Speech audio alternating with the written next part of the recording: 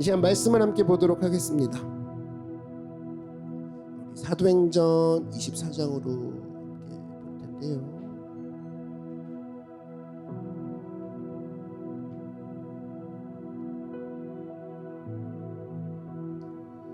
사도행전 24장 10절에서 23절 말씀입니다.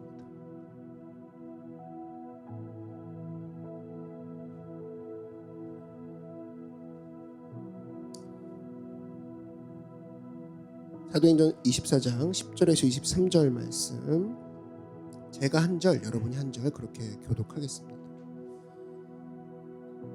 총독이 바울에게 머리로 표시하여 말하라 하니 그가 대답하되 당신이 여러 해 전부터 이 민족의 재판장 된 것을 내가 알고 내 사건에 대하여 기꺼이 변명하나이다.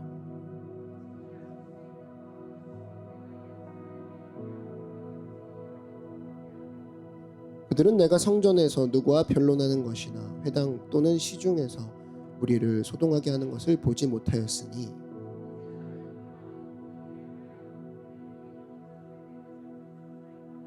그러나 이것을 당신께 고백하리이다. 나는 그들이 이단이라 하는 도를 따라 조상의 하나님을 섬기고 율법과 선지자들의 글에 기록된 것을 다 믿으며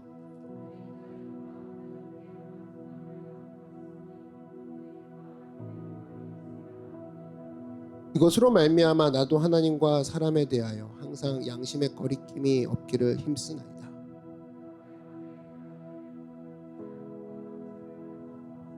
드리는 중에 내가 결례를 행하였고 모임도 없고 소동도 없이 성전에 있는 것을 그들이 보았나이다. 그러나 아시아로부터 온 어떤 유대인들이 있었으니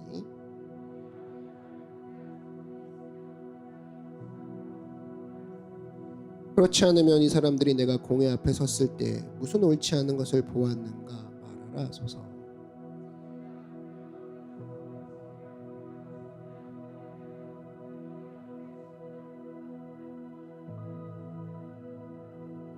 벨릭스가 이 도에 관한 것을 더 자세히 아는 고로 연기하여 이르되 천부장 루시아가 내려오거든 너희 일을 처결하리라 하고 백부장에게 명하여 바울을 지키되 자유를 주고 그의 친구들이 그를 돌보아 주는 것을 금하지 말라 하니라. 아멘. 감사합니다. 오늘 말씀은 우리 스탠드 시리즈 계속하고 있는데요. 이 본문을 주제로 박수 쳐주는 사람이 없어도 걸어가라. 한번 따라 말씀해 주십시오. 박수 쳐주는 사람이 없어도 걸어가라. 이와 같은 제목으로 하나님 말씀 증거하도록 하겠습니다. 우리가 여러분 신앙에 대해서 선입견을 가지고 있습니다. 뭐냐면 신앙을 외적인 승리로 파악하는 경향이 있어요. 항상 무조건 형통하게 될 것이고 항상 끝은 해피엔딩일 것이다. 그래서 신앙 그러면 통쾌한 승리자의 모습을 연상할 때가 있습니다. 그러다 보니까 그래서 신앙의 모델이 뭐냐 그러면은 다윗과 골리앗의 다윗을 생각하고 물리친 다윗 그리고 여리고성을 무너뜨린 여호수아 이것들을 생각합니다.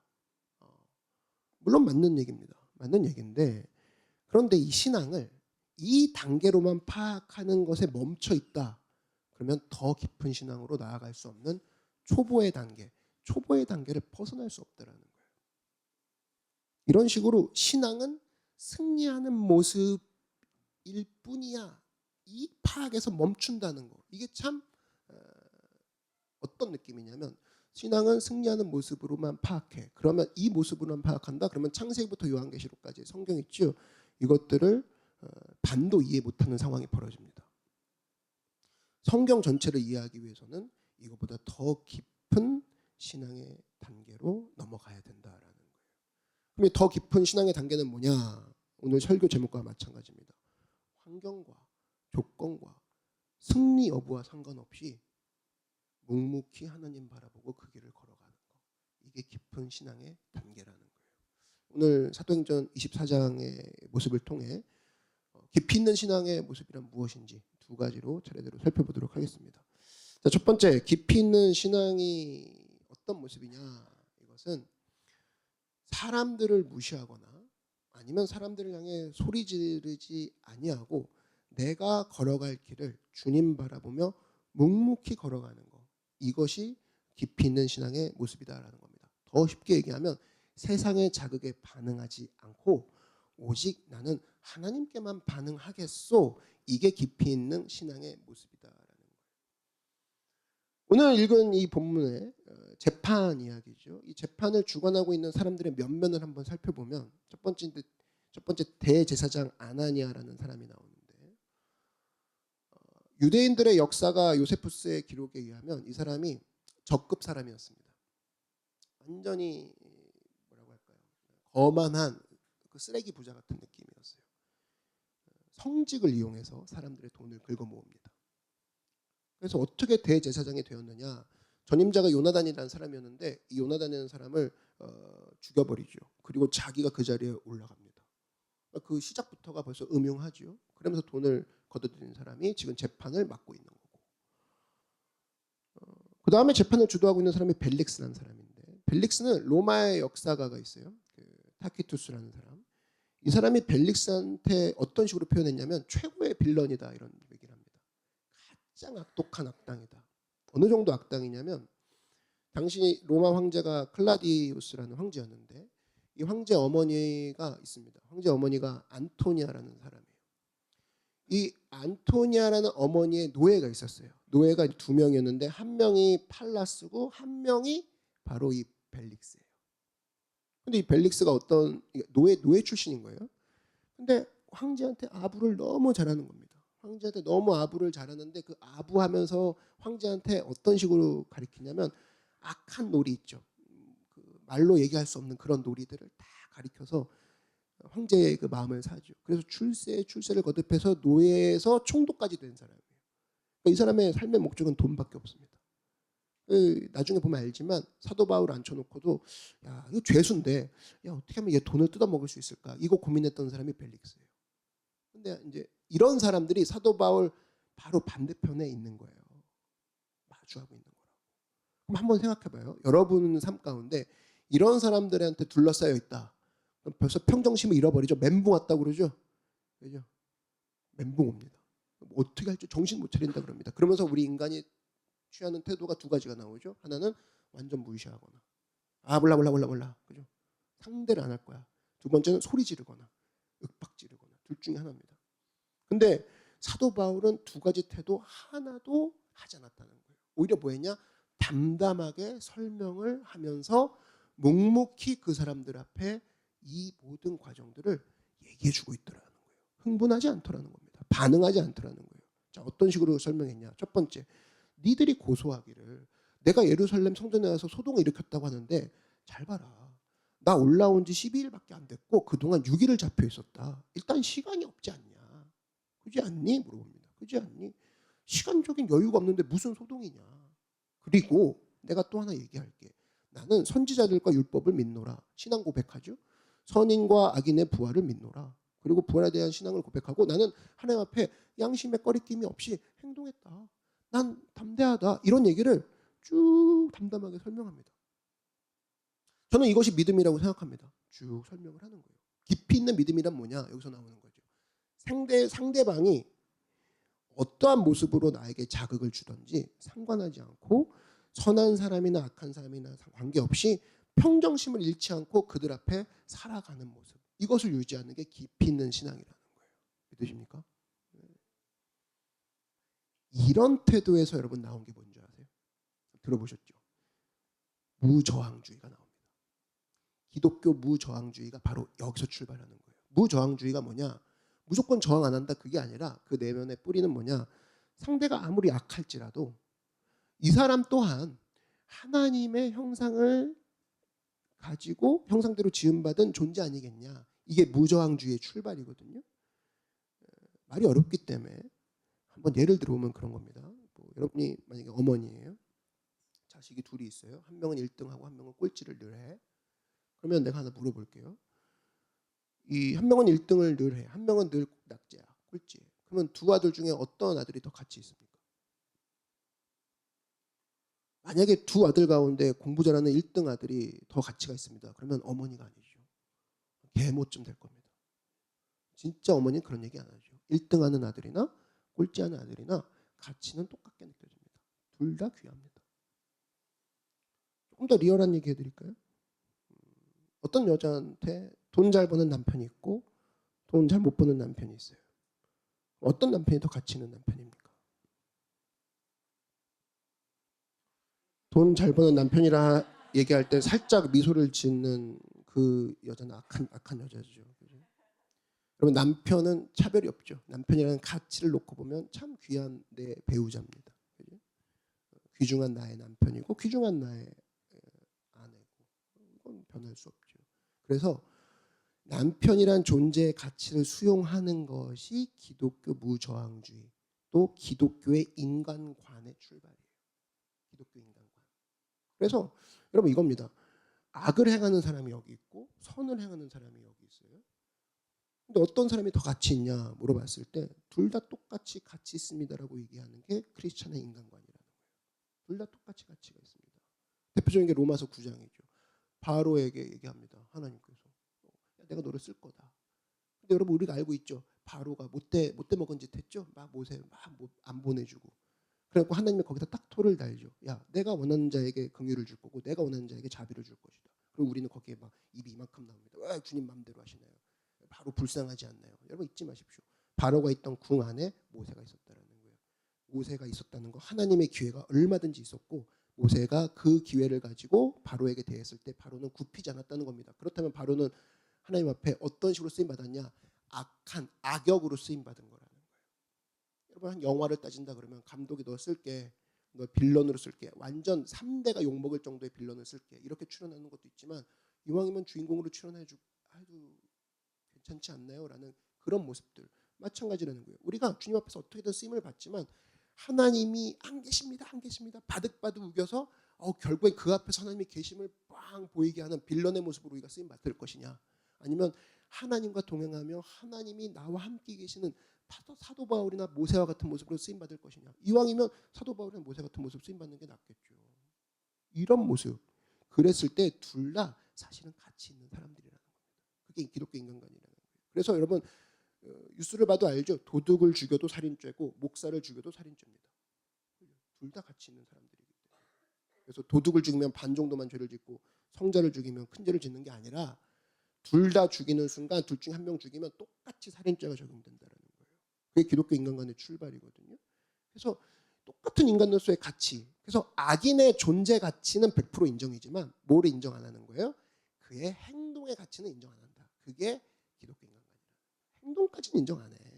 그래서 그게 기독교 무저항주의의 출발인데, 여러분 기독교 무저항주의가 왜 강력하냐면 사람들이 왜 폭력을 써요? 왜 고문합니까? 폭력에 반응하니까 자꾸 폭력을 쓰는 거거든요. 폭력에 반응하니까. 근데 이제 간디가 그런 얘기를 했죠. 이 무저항주의 얘기하면서 이런 얘기했습니다. 대포 앞에 있는 사람이 더 용감한 사람이냐, 아니면 대포를 쏘려고 하는 사람이 더 용감한 사람이냐, 누가 더 용감한 사람이냐. 오히려 봐요. 아무런 무장도 안 하고 대포 앞에 서 있는 사람, 이 사람이 진짜 무서운 사람 아니에요? 그죠? 진짜 무서운 사람이라고. 오히려 대포를 잡고 쏘려고 하는 사람이 부들부들 떨죠. 미친 거 아니야, 이거 어떻게 하라는 거야, 막 이런 거. 벌써 거기서 게임이 벌써 판가름이 나는 거죠. 그게 기독교 무저항주의라는 겁니다. 우리 가운데 이런 많은 사람들이 지금 뭐 고문당하거나 어려움 당하진 않죠. 그런데 이제 어떻게 살아야 되냐라는 질문 앞에 갈라디아서가 이런 얘기를 합니다. 5장 24절에 그리스도 예수의 사람들은 육체와 함께 그 정욕과 탐심을 십자가에 못 박았느니라. 여러분 이 구절 보면 우리 되게 억울해하죠. 왜 내 마음대로 왜 못해요? 왜 내가 왜 못 박아야 돼요? 내가 입고 싶은 대로 입고 내 살고 싶은 대로 살 거고. 왜 이렇게 자유가 없나요? 기독교는 그렇게 해석할 게 아니라 이게 무슨 뜻이냐면 이 땅을 살아갈 때 내 정욕과 욕심은 십자가에 못 박았기 때문에 나는 세상의 반응에 자극에 반응하지 않겠습니다라는 뜻입니다. 나는 이미 못 박힌 사람. 못 박혔기 때문에 무슨 반응을 해요? 못 박힌 사람들이. 나는 주님께만 반응하겠습니다. 나는 세상의 자극에는 꼼짝 안 하겠습니다. 나를 도발하든 나한테 약을 올리든 나한테 무슨 짓을 하든 나는 그 자극에 반응하지 않겠습니다. 그게 갈라디아서 5장 24절의 내용이라는 겁니다. 많은 성도들이 착각하는 게 뭐냐면 세상이 총칼을 들고 나에게 덤벼요. 그러면 하나님이 나에게 총칼을 주실 거래. 더 큰 걸 주셔서 얘를 더 무찌르게 만들 거라는 거예요. 그게 신앙인 줄 알거든요. 근데 그게 바로 뭐냐? 아까 시작할 때 얘기했던 초보적인 신앙이라는 거예요. 신앙의 극치는 뭐냐? 총칼로 세상에 덤벼들었을 때 더 큰 총칼로 이 사람들을 무너뜨리는 게 아니라 신앙의 최고의 지점은 바로 십자가라는 거예요. 믿으십니까? 완전 무저항의 모습으로 세상의 자극에, 세상의 망치에 흔들리지 않고 하나님 앞에 반응했던 예수님의 모습. 그게 신앙의 극치. 완전 무저항주의의 최고의 극치가 십자가라는 거예요. 이사야서 53장 7절 보니까 예수님의 모습을 이렇게 표현합니다. 그가 곤욕을 당하여 괴로울 때에도 그의 입을 열지 아니하였으며 마치 도수장으로 끌려가는 어린 양과 털 깎는 자 앞에 잠잠한 양같이 그의 입을 열지 아니하였도다. 양은요 참 묘하답니다. 이렇게 끌어다가 털을 깎잖아요. 그럼 아플 거 아니에요. 근데 말이 없대요. 그리고 조용하다는 거예요. 음매도 안 하고 그냥 너무 조용해갖고 털 깎는 사람이 오히려 그 두려움에 사로잡힐 정도로. 그리고 이제 끌고 가서 죽이려고 할 때도 자기가 죽으러 가는 거 알아요. 아는데 입 하나 열지 않고 조용히 끌려간다는 거예요. 그래서 오히려 죽이는 사람이 약간 경건심을 갖게 되는 이스라엘 사람들이 느끼는 모습이라는 겁니다. 반면에 이제 염소는 어떠냐? 염소는 자기가 죽으러 간다는 걸 인지하는 순간 펄펄 뛰고 이제 소리 지르고 어느 정도냐면은 나중에 이 장정 4명이 붙는다고 그래요.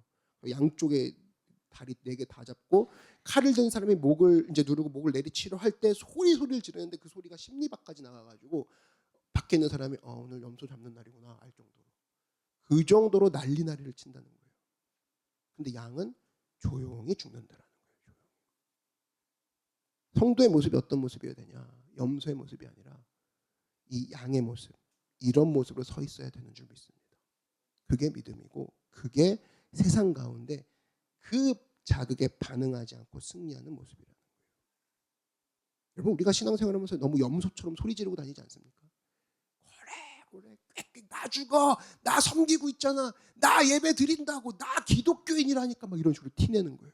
왜 나를 인정 안 해줘? 내가 시간 내서 봉사하고 시간 내서 예배 드린다니까 왔다니까 막 이런 거 증명하려고. 여러분 그 내려놓음이라는 책을 쓴 우리 몽골 선교사님 계시죠? 저번에 살짝 얘기했는데 그분이 그런 얘기 하셨습니다. 하버드를 나오셨는데 하버드 대학 나와가지고 몽골의 작은 대학에서 가르치고 있었어요. 선교사로 가신 거죠. 얼마나 감동이 있어요. 하버드를 나왔는데 몽골에 가가지고 선교사 하면서 대학에서 애들을 가르치고 있어. 근데 한 학생이 질문하더라는 거야. 교수님 왜 하버드 나온 거 저는 믿어지지가 않죠 이러는 거예요. 왜 그러십니까? 아니 하버드 나왔는데 무슨 몽골까지 와서 가르치고 있습니까? 당신 진짜 나온 건지 제가 의심이 됩니다.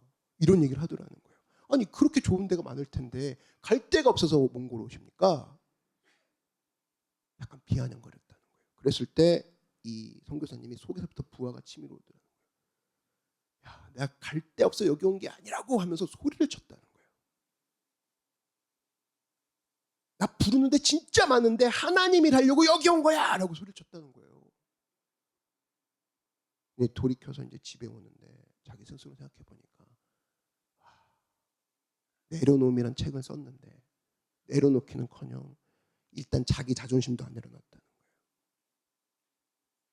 내가 모든 걸 버리고 좋은 자리를 다 버리고 불러주는 사람 불러주는 사람 나를 섭외하려고 온 사람들 다 부리치고 내가 여기 왔다는 걸 인정해 이 사람들아 여기에 자기가 꽂혀 있었다는 거예요. 인정받지 않고는 나는 일 못하겠다 여기에만 꽂혀 있었다는 거예요. 그래서 내가 아직도 멀었구나.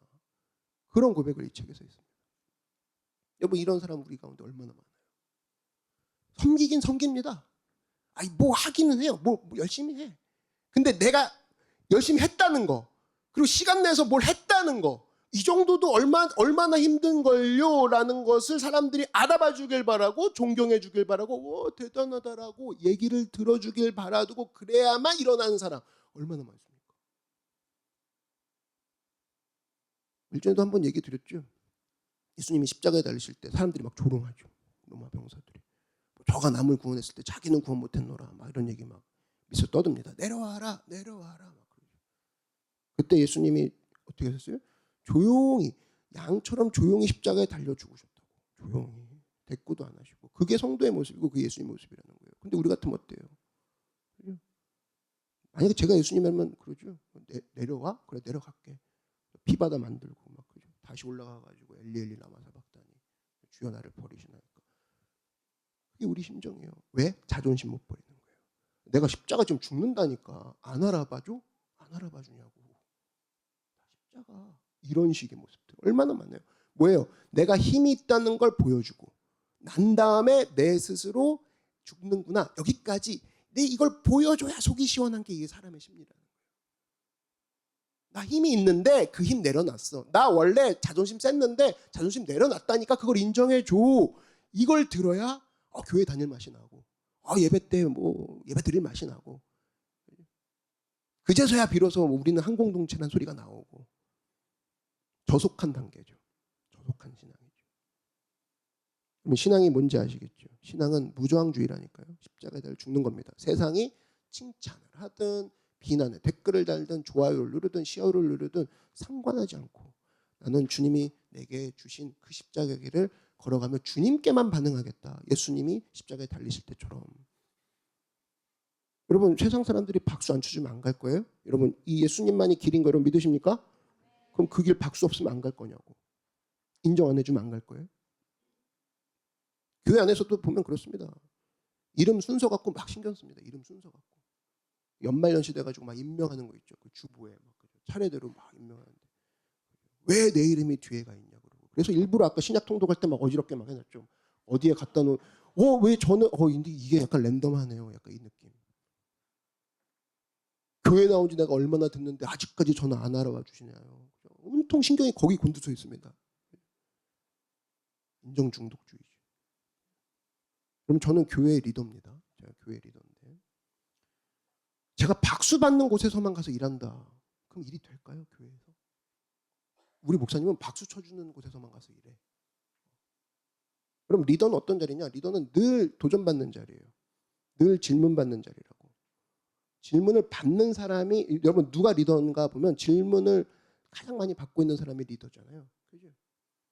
그럼 그랬을 때 리더란 자리는 그 사람에게 무시하거나 윽박지르거나 소리 지르지 말고 차분히 설명해 주면서 묵묵히 걸어가는 거. 그게 리더 아니겠습니까? 명찰 게임이 아니라고.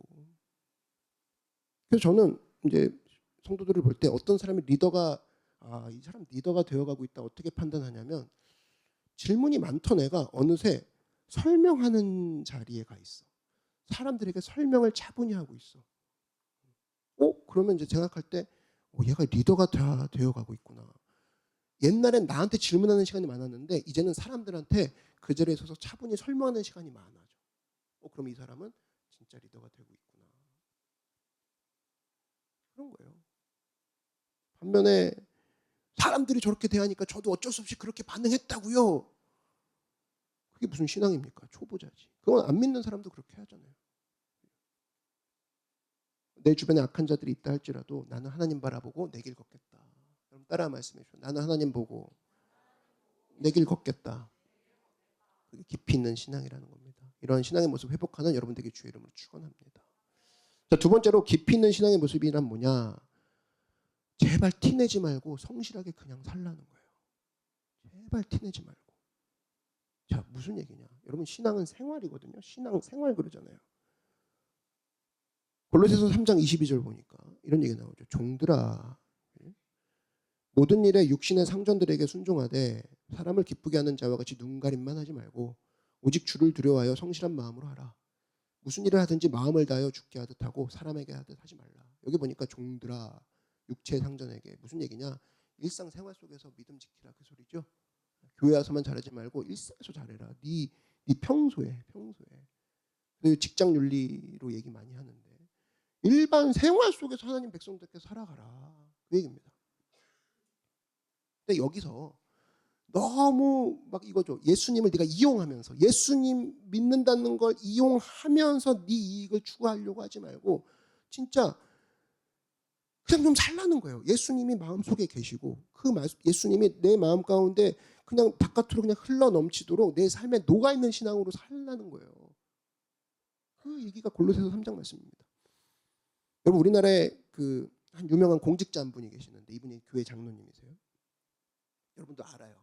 이름은 얘기 안 할 텐데 알면 이름 들으면 알아요. 굉장히 유명한 또 공직자시고 또 생활도 바르게 하십니다. 근데 이제 이분이 워낙 많은 사람들이 찾아오는 거예요. 워낙 영향력 있는 분이니까 찾아와가지고 자기가 장로라는 걸 알고 찾아오는 거예요. 그러니까 너무 믿는 티를 너무 낸다는 거예요. 사람들이 오면서. 예를 들어서 손님이 오면 커피 한 잔 내놓잖아요. 커피 한 잔 딱 내놓는데 커피 한 잔 대접하면 잠깐 묵상하고 마시던가 아니면 그냥 마시면 되는 거잖아요. 근데 어떤 분은 와가지고 이거를 커피 식을 때까지 기도한다는 거야.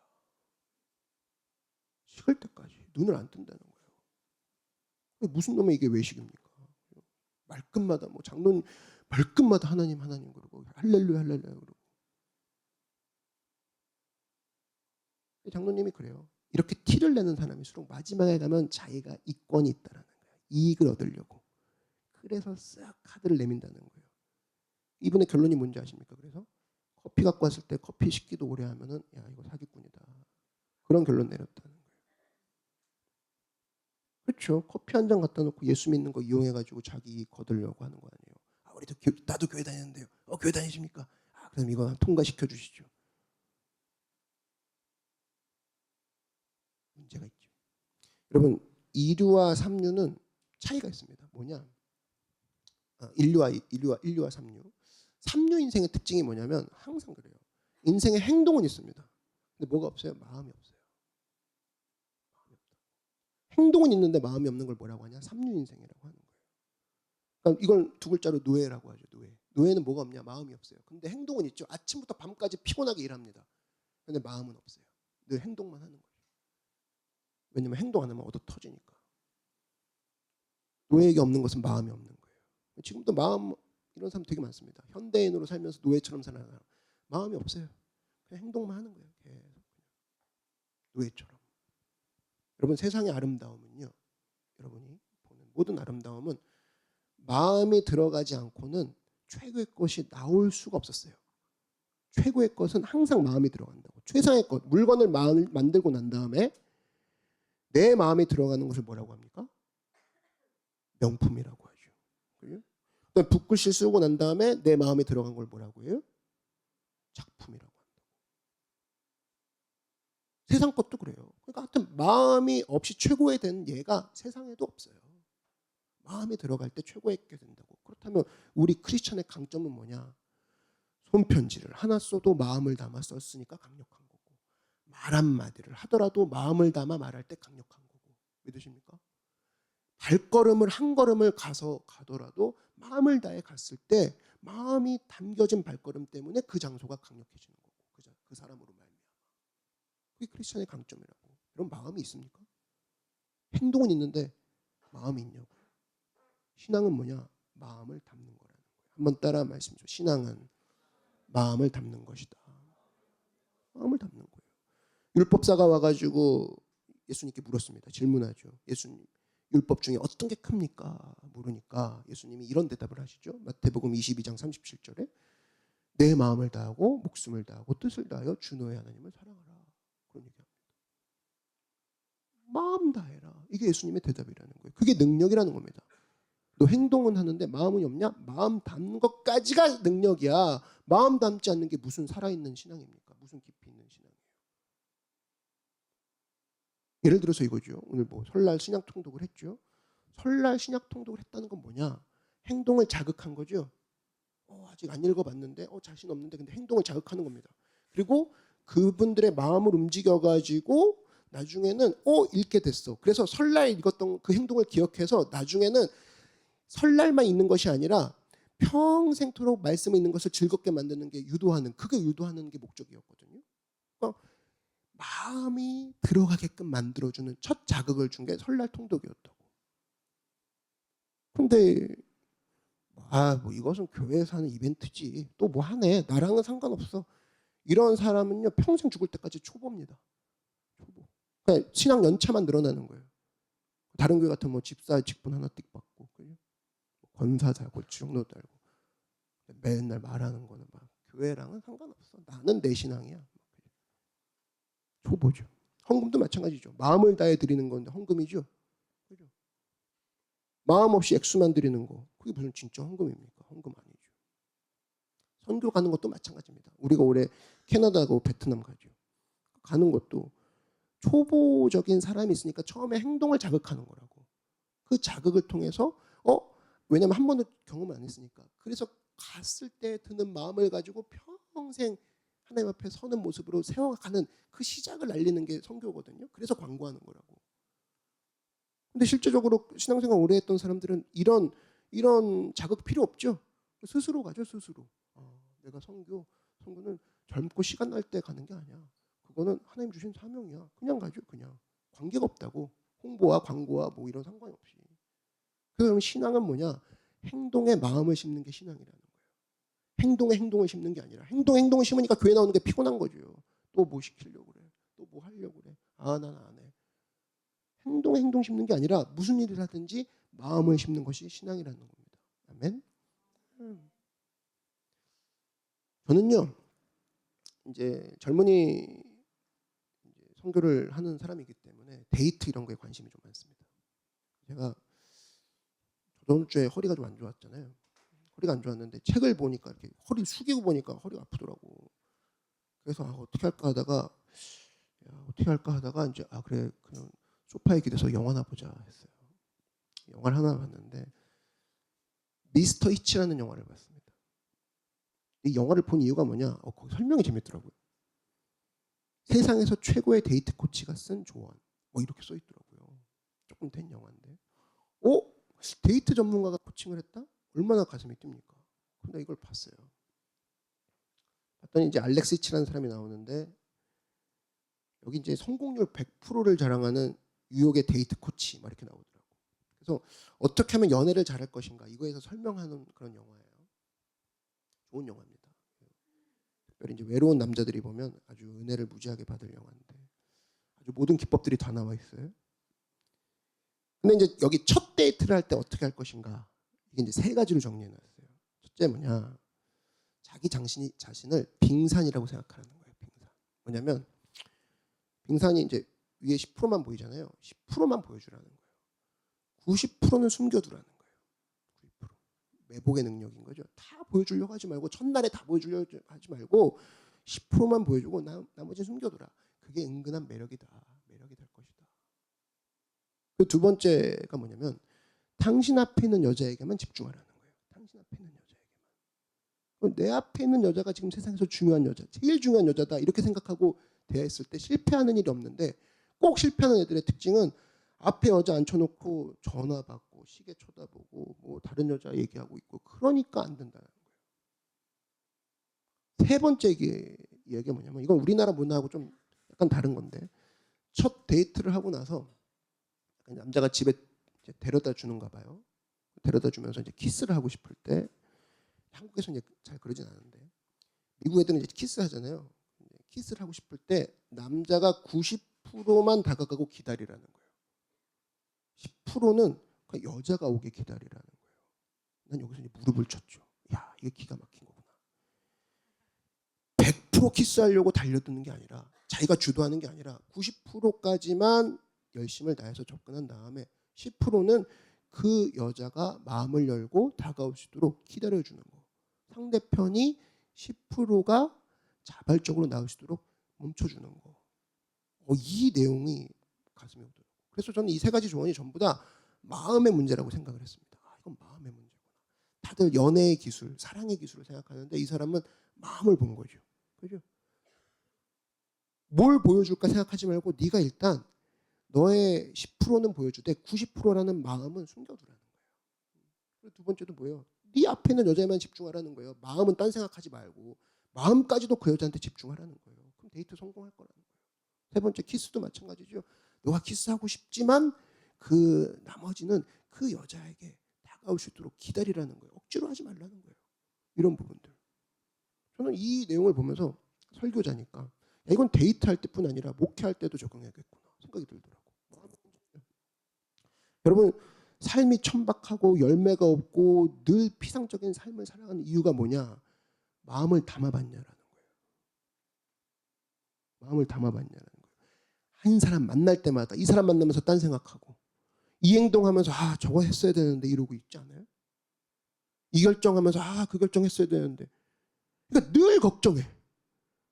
오래가면 안 좋거든요. 마음 다하지 않고 있다는 뜻입니다. 걱정이 계속 있다는 건 마음을 다하고 현실을 못 살고 있는 거예요. 그 상황을 못 잡고 있는 거죠. 그런데 마음을 달리해서 하나님 내가 내게 주신 이 순간에 마음을 다해서 집중하겠습니다 할 때 비로소 강력한 인생이 되는 줄 믿습니다. 오늘 말씀의 결론을 맺을게요. 진정한 신앙의 깊이는 뭐냐? 깊이 있는 신앙은 뭐냐? 여러분 피상적인 신앙은 하나님의 능력으로 승리하여 그냥 해피엔딩으로 끝나고 그냥 거기에 머물러 버리는 게 피상적인 신앙이거든요. 초보 신앙인데 진짜 깊이 있는 신앙은 마음을 다해서 살아가겠습니다. 마음까지 가는 거예요. 승리했다 와 하고 다음날 멈추는 게 아니라 승리는 과정일 뿐이요. 나는 마음까지 드리겠습니다. 마음을 다하겠습니다까지 가는 모습, 그것이 진정으로 깊이 있는 신앙의 모습이라는 거예요. 또 한 가지 뭐냐? 깊이 있는 신앙은 내 앞에서 나를 공격하거나 나를 무시하는 행동을 했을 때 그 사람 앞에 소리 지르고 내가 대놓고 나도 무시해주는 인생이 아니라 하나님 앞에서 묵묵히 자기의 길을 걸어가며 설명해주고, 여러분 설명해주는 게 실력인 거 아시죠? 설명하는 사람이 실력자입니다. 차분히 그 자극에 반응하지 않고 하나님의 길, 예수님이 걸어가시는 십자가의 길을 걸어가는 거, 이런 모습이 우리 가운데 있을 때 비로소 깊이 있는 신앙이 되는 줄 믿습니다. 아멘. 아멘. 이 시간 기도하겠습니다. 기도하실 때 한번 다 같이 한번 자리에서 일어나겠습니다.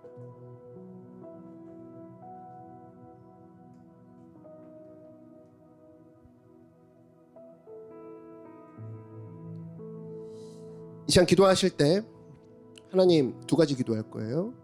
제가 마음 없이 행동만 했습니다. 몸만 피곤합디다. 시간만 줄어들고.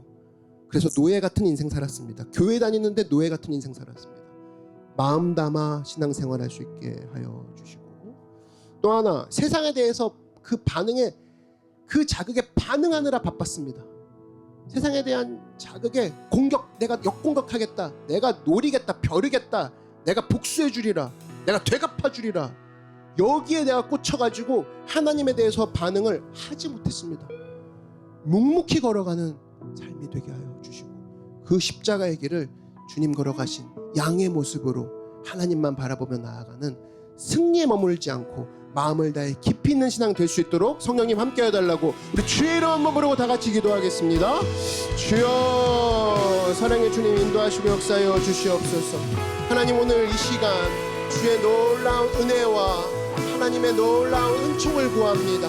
주님, 내가 염소와 같이 소리만 지르지 않았습니까? 하나님, 내가 염소와 같이 인정받지 않고는 하나님 내가 움직이지 않았던 천박한 인생으로 살았습니까? 양과 같이 묵묵하게 하나님 주신 길을 걸어가는 삶 되게 하시고, 세상의 자극에 일일이 반응하며 사는 사람이 아니라 하나님께만 반응하는 자들이 되게 하여 주시옵소서. 하나님, 내 삶 가운데에 마음을 다해 일하게 하시고, 마음을 다해 사랑하게 하시고, 마음을 다해 주님 앞에 나아가게 하여 주시옵소서. 한 걸음을 걷더라도 마음을 다해 걷게 하시고, 한마디를 하더라도 마음을 다해 말하게 하시고, 한 편지를 쓰더라도 마음을 다해 편지를 다해 쓰는, 죽게 하는 마음을 다해 삶 가운데 주의 향기를 드러내는 우리가 되게 하여 주시옵소서. 마음을 다해 교회 나오게 하시고, 마음을 다해 성경을 읽게 하시고, 마음을 다해 부르짖게 하시고, 마음을 다해 선교 가게 하시고, 마음을 다해 봉사하게 하시고, 마음을 다해 예배하게 하시고, 마음을 다해 주님을 섬기는 우리가 되게 하여 주시옵소서. 주님, 이 시간 주님의 얼굴을 간절히 구합니다. 하나님의 얼굴을 구하는 것도 마음을 다해 구하기 원하오니, 주의 성령을 마음을 다해 간구하오니, 주여 하나님 이 시간 역사하시고 임하여 주시옵시고, 오늘 이 시간 주의 성령 우리 가운데 부어주시옵소서. 주실 테면 주시고 마실 테면 마실 때가 아니라 하나님 주시옵소서. 마음을 다해 내가 주님을 간구합니다. 마음을 다해 주님을 원합니다. 하나님, 이곳 이 자리에 내 삶에 오셔서 좌정하사 다스리시고 주의 능력과 은혜 가운데 깊이 있는 신앙을 신앙으로, 마음 다한 신앙으로 나의 삶을 주관하여 주시옵소서.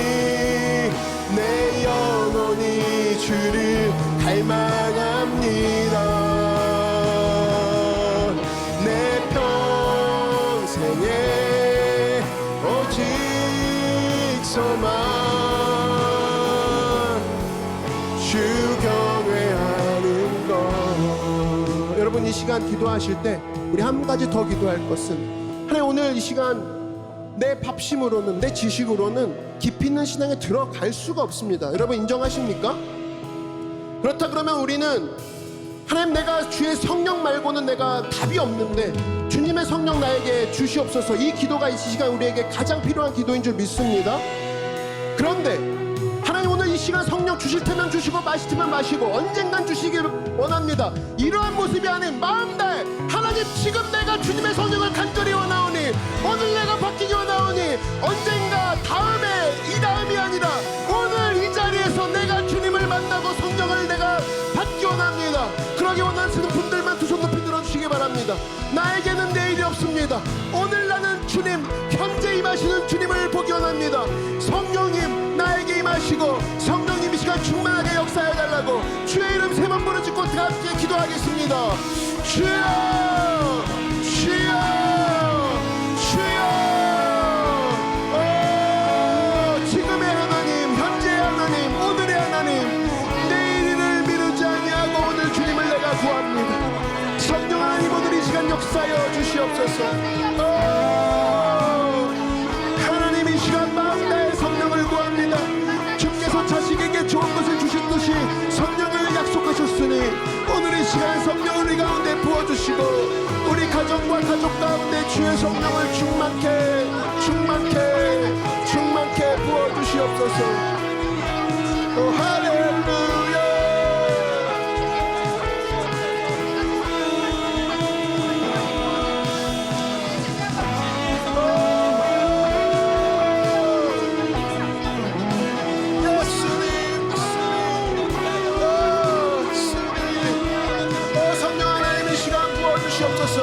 주의 성령을 마음 다해 구합니다. 하나님, 내 남편에게, 내 아내에게, 내 가족에게, 내 자녀에게 주의 성령을 부어주시옵시고, 내 가정과 직장과 나의 꿈과 나의 모든 연애와 결혼 가운데 주의 성령을 부어주시옵시고, 나의 육체와 영혼과 마음 가운데 주의 성령을 부어주시옵시고,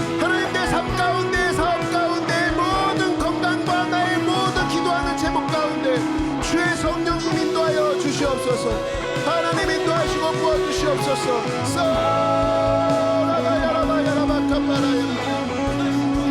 마음 다해 성령님, 마음 다해, 마음 다해, 마음 다해, 마음 다해.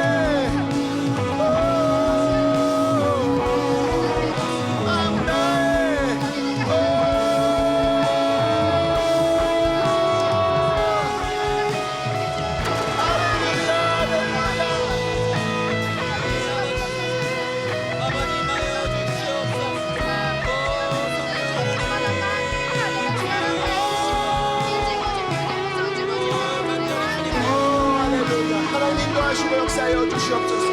임하시고 부어주시옵소서.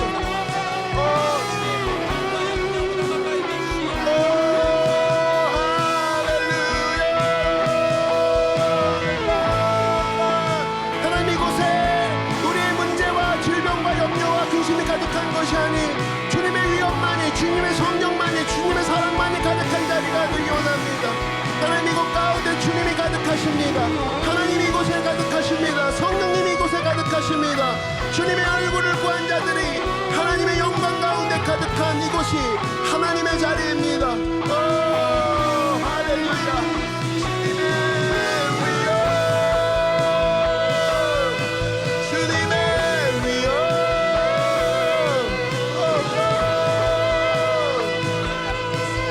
주의 위엄 이곳에, 주의 위엄 이곳에 가득해. 전능하신 하나님 아버지, 찬양받기 합당한 존귀하신 주님, 주의 위엄 이곳에, 주의 성령 이곳에, 주의 성령 이곳에 가득해. 전능하신 하나님 아버지, 찬양받기 합당한 존귀하신 주의 성령, 주의 성령 이곳에. 우리 마지막으로 주의 영광, 주의 영광 이곳에 가득해. 아멘. 능하신 하나님 아버지, 찬양받기 합당한 존귀하신 주의 영광, 주의 영광 이곳에 가득해. 주의 영광 이곳에 가득해. 전능하신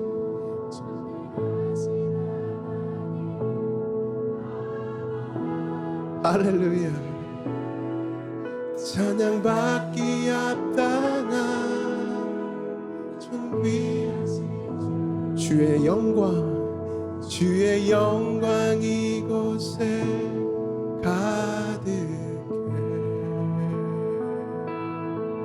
우리 영광 가운데 임하시고 우리를 깊이 있는 신앙으로 데리고 가시며 묵묵히 그 길을 앞서가신 주님 앞에 영광과 존귀와 한없는 찬양의 박수를 올려드립니다.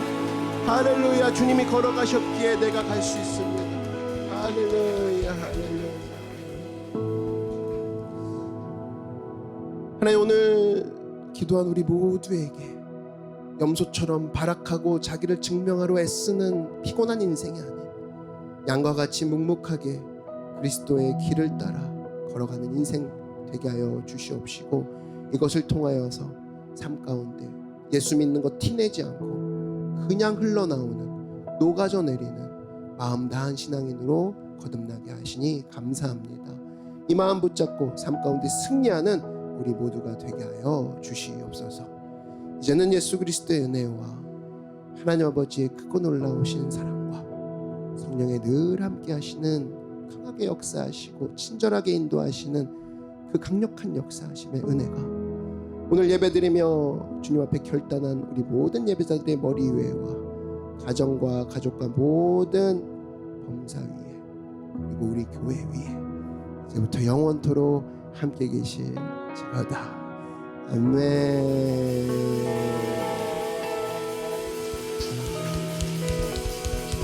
할렐루야, 할렐루야. 우리 더 큰 박수로 주님 앞에 승리하신 주님께 나도 주님을 따라 살기 원합니다. 할렐루야, 할렐루야, 할렐루야. 우리 주님께서 걸어가신 길을 노래합니다. 이제 깨끗게 됐네 내 죄와 수치도 갈보리 그 사랑 안에 오 할렐루야 이제 다 깨끗게 됐네 내 죄를 사하신 그 구원의 승리 앞에 Your turn 주의 보혈 할렐루야 주의 보혈이 깨끗해 주로 인해 오 할렐루야 나로 인함이 아닌 주가 이루셨네 모든 값을 치르셨네 오 할렐루야 주의 사랑은 끝없고 그의 자비 놀라워 나 춤추 우리 가사 그대로 해봅시다. 오 할렐루야 주의 보혈이 날 깨끗게 오 할렐루야 주의 보혈이 날 깨끗게 오 할렐루야 보혈이 새롭게 됐네 주의 보혈이 날 깨끗게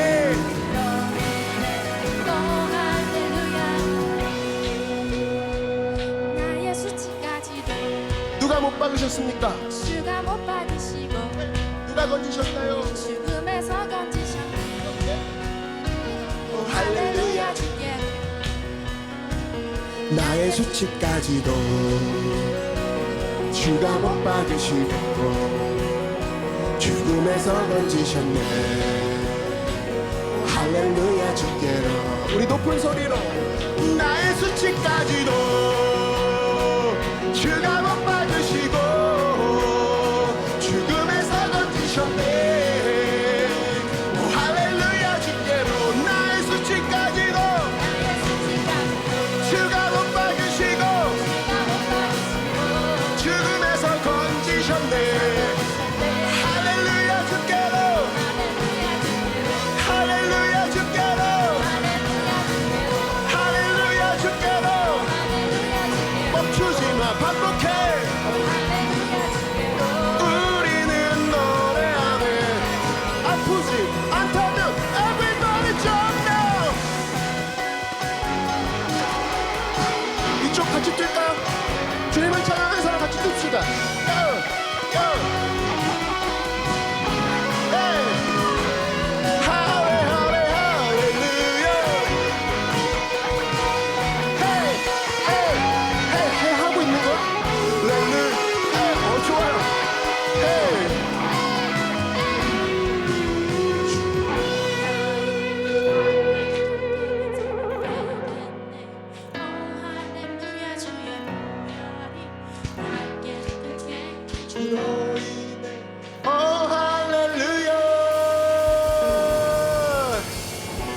할렐루야 우리 다음 시간에 만나요 다음 주에 봅시다